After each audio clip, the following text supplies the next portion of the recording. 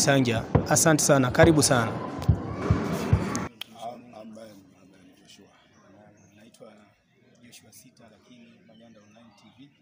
Joshua Manyanda Online TV. Manyanda Online TV. Okay. Niko hapa hivi, tumekuwa na tukio kubwa la semina ambalo kila mwaka linafanyika kanisa letu la International Evangelism Church hapa makao makuu Sakila.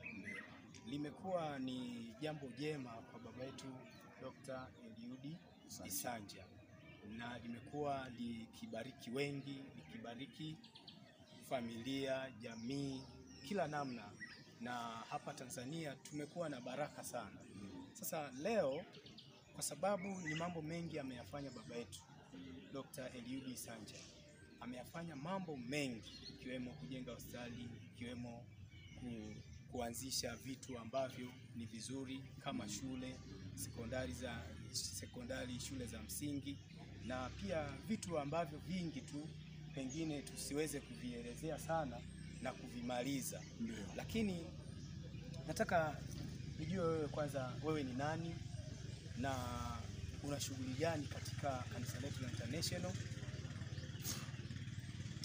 Mimi naitwa Mchungaji Fabian Masale, natoka Dar es Salaam. Wa International mimi ni rafiki wa Askofu Dr. Eliud Isanja, na pia ni mwandishi wa vitabu vyake. Kitabu cha kwanza tuliandika inasema historia, maisha na utumishi uliotukuka wa Askofu, na kitabu cha pili tuliandika kinaitwa maombi ya usiku wa manane na alfajiri na mapema.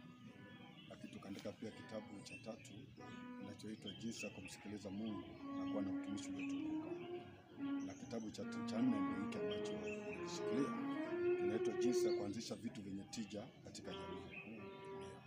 Sasa tunaona ni cover ambalo limebeba picha ya askofu, lakini pia kuna maandishi ambayo yanasema jinsi ya kuanzisha vitu vyenye tija katika jamii. Sawa. Je, unaweza kutuelezea ni vitu gani ambavyo hiki kitabu kimebeba na kikaelezea jamii? Maana tunasoma kwamba jinsi ya kuanzisha vitu vyenye tija katika jamii. Ni kwamba kuna vitu vingi vya kujifunza kwa maisha ya baba askofu, kwa sababu ni kwenye maya yake na muelezea yeye. Unajua, unapokuwa kwenye maya ya mtu muelezee. Sisi Afrika hatuna kasumba ya kumsifu mtu akiwa hai. Mara nyingi tunamsifu mtu akiwa ndani ya jeneza. Alikuwa hivi, alikuwa hivi.